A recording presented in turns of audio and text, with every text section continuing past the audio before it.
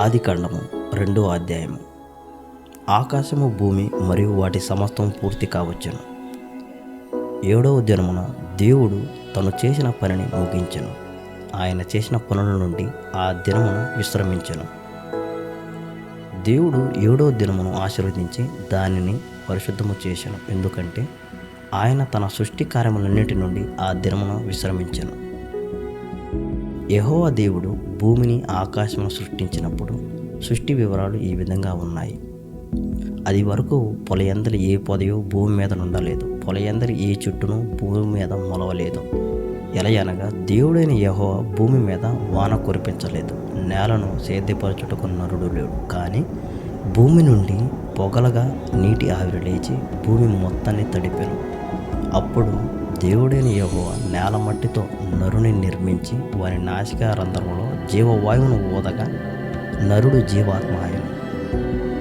తరువాత యెహోవా దేవుడు తూర్పున ఏదెను అనే స్థలములో ఒక తోటను నాటెను. తను సృష్టించిన మనిషిని ఆ తోటలో ఉంచెను.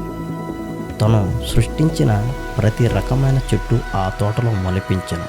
వాటిలో కొన్ని సౌందర్యానికి, కొన్ని ఆహారానికి అనువైనవి. తోట మధ్యలో జీవవృక్షము మంచి చెడు తెలివినిచ్చు వృక్షఫలమును నేల నుండి మొలిపించెను. ఏదెను తోటను తడిపే నది ఏదెను నుండి ప్రవహించెను. అక్కడ నుండి 4 భాగాలుగా చీరెను. మొదటి నది పేరు పీషోను, అది హవీలా అనే సువర్ణ భూమిలో ప్రవహించెను. రెండవ నది గీహోను, అది కుష దేశమంతటా ప్రవహించెను. మూడవ నది పేరు ఇద్దికేలు, అది అప్షరు వైపు ప్రవహించెను. 4వ నది పేరు యూఫ్రటీస్. యెహోవా దేవుడు మానవుని తోటలో ఉంచి దానిని సంరక్షించమని, పరిరక్షించమని ఆజ్ఞాపించెను. యెహోవా దేవుడు మానవునితో చెప్పెను, ఈ తోటలోని ప్రతి వృక్షఫలమును తినవచ్చును, అయితే మంచి చెడు తెలివినిచ్చు వృక్షఫలమును తినకూడదు. నీవు తినిన దినమున నిశ్చయముగా చచ్చిదవని నరునికి ఆజ్ఞాపించెను. దేవుడైన యెహోవా ప్రతి భూజంతువును, ప్రతి ఆకాశ పక్షిని నేల నుండి నిర్మించి ఆదాము వాటికి ఏ పేరు పెట్టునో చూచుటకు అతని యొద్దకు వాటిని రప్పించాడు. జీవము గల ప్రతి దానిని ఆదాము ఏ పేరు పెట్టునో ఆ పేరు దానికి కలిగెను.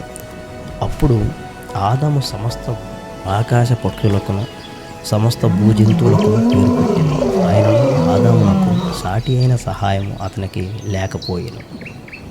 తరువాత యెహోవా దేవుడు మనిషి ఒంటరిగా ఉండుట మంచిది కాదు, అతనికి సరైన సహాయమును వాని కొరకు చేయుదుమనుకొనెను. అప్పుడు దేవుడైన యెహోవా ఆదామునకు గాఢ నిద్ర కలగజేసి అతడు నిద్రించినప్పుడు అతని ప్రక్కటెముకలో ఒక దానిని తీసి ఆ చోటను మాంసంతో పూడ్చివేశాను. అప్పుడు మానవుడు చెప్పెను, ఇది ఇప్పుడు నా ఎముక నుండి వచ్చిన ఎముక, నా మాంసము నుంచి వచ్చిన మాంసము.